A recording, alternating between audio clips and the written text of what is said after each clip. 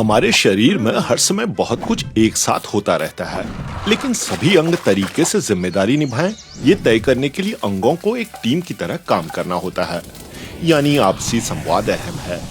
और यही फोकस में आता है तंत्रिका तंत्र यानी नर्वस सिस्टम्स, क्योंकि ये एक से ज्यादा होते हैं। अन्य अंगों की तरह तंत्रिकाएं भी कोशिकाओं और न्यूरॉन्स से बनी होती हैं। सिग्नल पास करने के लिए उन्हें दूसरे न्यूरॉन्स से संपर्क करना होता है। इन केमिकल मैसेंजरों को न्यूरोट्रांसमीटर्स कहा जाता है। एक न्यूरॉन के भीतर पर्याप्त वोल्टेज पैदा होते ही दूसरे छोर की तरफ एक इलेक्ट्रिक सिग्नल छोड़ा जाता है। अंतिम सिरे पर ये एक कांटेक्ट पॉइंट यानी साइनेप्स को ट्रिगर करता है। इससे कई न्यूरोट्रांसमीटर्स रिलीज होते हैं और संदेश एक एक कोशिका से होते हुए पूरे शरीर में पहुंचता है। हमें तो इस पूरे कम्युनिकेशन का पता भी नहीं चलता। ऑटोनॉमिक नर्वस सिस्टम चुपचाप हमारे मस्तिष्क और बाकी अंगों के बीच संदेश लाता और ले जाता रहता है। दो अलग अलग मैनेजमेंट स्टाइल वाले बॉसेस इन्हें चलाते हैं।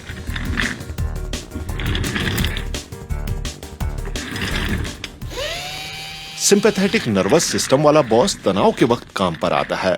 ये इमरजेंसी सिग्नल भेजकर हृदय को धड़कन तेज करने, फेफड़ों को ज्यादा ऑक्सीजन सप्लाई करने और पाचन को धीमा हो जाने का ऑर्डर देता है।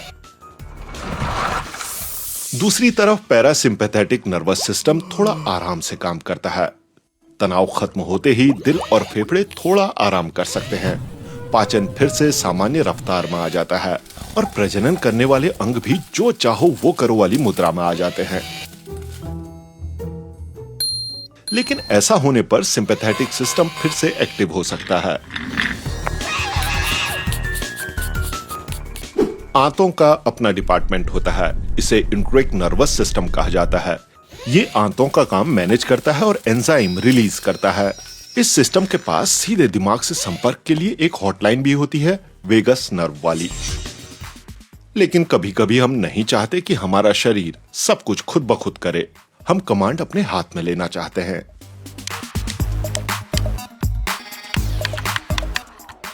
जब हम अपनी मांसपेशियों को हरकत में लाना चाहते हैं तो सोमैटिक नर्वस सिस्टम एक्टिव हो जाता है।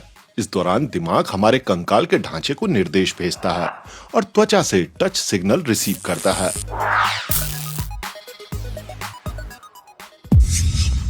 कभी कभी ये नर्वस सिस्टम आपस में भिड़ जाते हैं, जैसे आंसू, खांसी या छींक को ऑटोनॉमिक नर्वस सिस्टम कंट्रोल करता है और ये आसानी से झुकता नहीं है। भाषण देते समय हम पूरी कोशिश करते हैं कि हम शांत रहें, लेकिन सिंपैथेटिक नर्वस सिस्टम के अलार्म बजाते ही हमारा दिल और फेफड़े धुआंधार कोशिश में जुट जाते हैं और नतीजा हम नर्वस हो जाते हैं। दिमाग अब यही उम्मीद कर सकता है कि ये सब खत्म हो जाए।